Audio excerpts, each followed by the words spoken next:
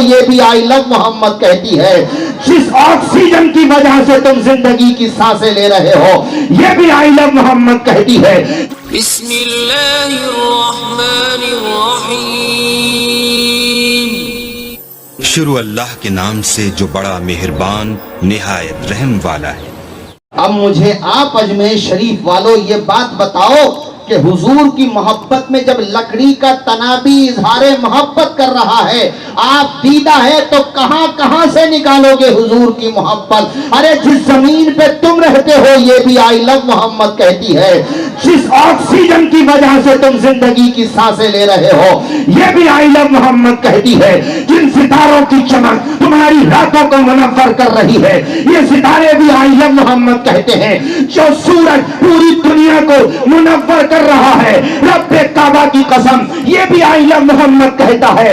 اور چاند تو اتنی محبت کرتا ہے حضور انگلی کا اشارہ کرتے ہیں آئی لو محمد کہتے ہوئے تو ٹکڑے ہو جاتا ہے.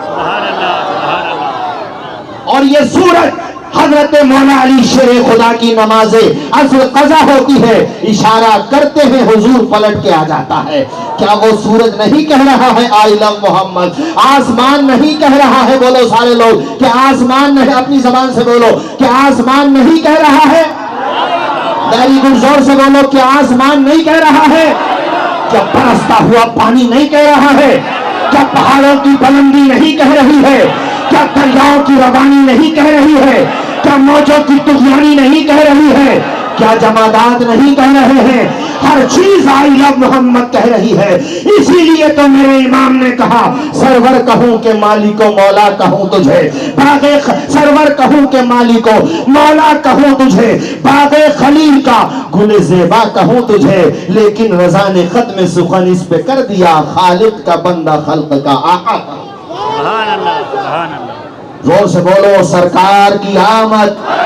دلدار دیکھو جیسے جیسے رات گزر رہی ہے نا ہوائیں بھی اپنی رفتار تیز کر رہی ہیں. بے شک سبحان اللہ. اب ہم نے شروع میں کہہ دیا نا تو ہوائیں بھی محبت کرتی ہیں نا.